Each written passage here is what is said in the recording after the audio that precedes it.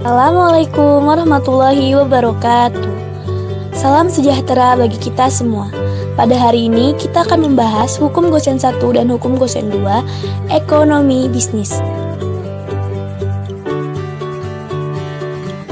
Kita dari kelompok 2 yang terdiri dari Arani Haifa, Nadia Tahlia, Romo Kaviani, dan terakhir Saninda Rizkyanti.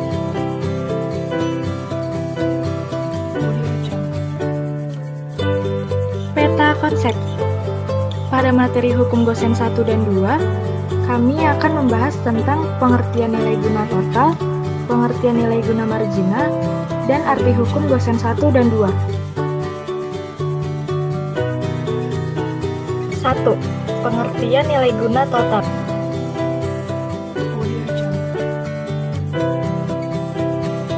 Nilai guna total ialah total kepuasan yang dinikmati oleh konsumen dalam mengonsumsi sejumlah barang atau jasa tertentu secara keseluruhan dalam suatu periode waktu tertentu.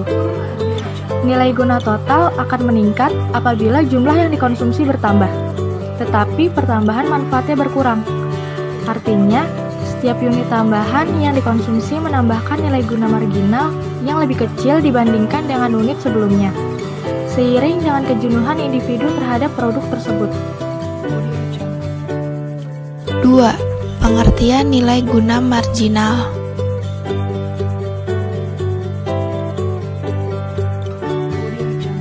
Nilai guna marginal atau kepuasan marginal ialah tambahan kepuasan yang dinikmati oleh konsumen dari setiap tambahan barang atau jasa yang dikonsumsinya. Saat konsumsi suatu produk meningkat, nilai guna tambahan yang diperoleh dari tiap unit tambahan akan turun secara bertahap.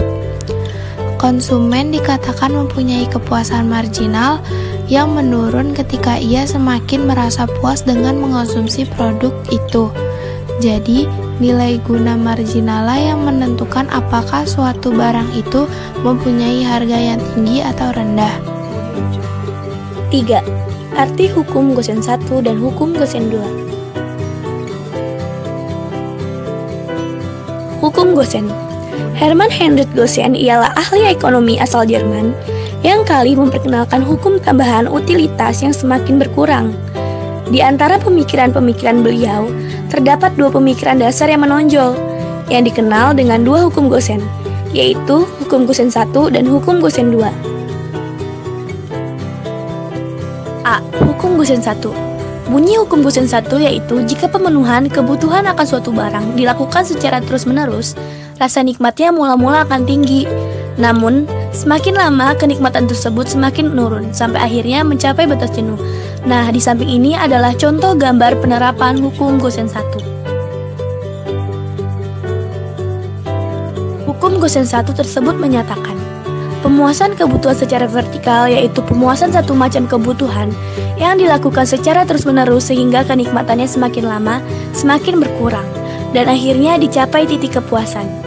Pendekatan kardinal dalam analisis konsumen didasarkan pada teori Gosen 1 dan asumsi yang digunakan bahwa tingkat kepuasan yang diperoleh konsumen dari konsumsi suatu barang dapat diukur dengan satuan tertentu, seperti uang, jumlah, atau buah.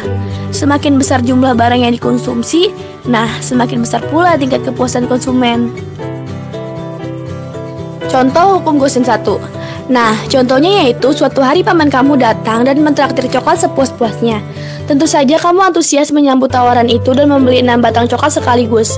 Batang coklat pertama sangat lezat karena coklat tersebut kesukaan kamu. Batang coklat kedua makin terasa enak. Kepuasan kamu pun meningkat. Batang coklat ketiga masih terasa enak meskipun tidak sepuas batang coklat pertama, karena lidahmu sudah mulai sedikit kebal. Tambahan kepuasan dari mengonsumsi coklat tersebut mulai berkurang. Pada batang coklat keempat, rasa coklat tersebut juga masih tetap enak, tetapi mulai susah kamu telan. Pada batang coklat kelima, kamu bahkan mulai malas memakannya, karena lidah makin kaku dan perut kamu semakin kenyang. Kamu mulai merasa jenuh, coklat tersebut kurang menarik minat lagi. Akhirnya pada batang coklat keenam, kamu sudah tidak bisa memakannya lagi. Tabel dan grafik nilai guna total dan nilai guna marginal menurut hukum Gosen 1. Contoh situasi tadi bisa dicermati dari tabel dan grafik tersebut. Nah, coba kita perhatikan tabel dan grafiknya. Dapat kita simpulkan juga bahwa nilai guna total meningkat seiring dengan peningkatan konsumsi. Namun, tambahan nilai guna marginal semakin menurun. Hukum Gosen 2. Bunyi hukum Gosen 2 yaitu konsumen akan melakukan konsumsi sedemikian rupa sehingga nilai guna marginal setiap barang dan jasa yang dikonsumsi akan sama. Berdasarkan hukum Gosen 2 ini, manusia berusaha memenuhi kebutuhannya yang bermacam-macam sampai pada tingkat intensitas yang sama. Ada kebutuhan akan makan, pakaian, perumahan, kesehatan, dan lain-lain. Nah, dari kebutuhan pada tingkat intensitas yang sama, seseorang tidak akan menghabiskan uangnya hanya untuk membeli pakaian saja. Akan tetapi, uang yang dimilikinya digunakan untuk memenuhi kebutuhan lainnya sesuai dengan tingkat kebutuhannya. Hukum Gosen 2 disebut juga hukum guna horizontal karena membahas pemuasan terhadap bermacam-macam barang. Contoh hukum Gosen 2. Seorang pegawai memiliki gaji 1 juta rupiah pada saat menerima gaji. Ia mendapat uang pecahan sebanyak 10 lembar.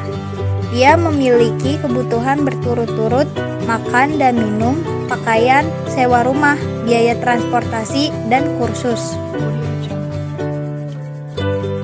Daftar kebutuhan dan kegunaan marginal alat pemuasnya. Berikut adalah tabel dari contoh hukum Gosen 2.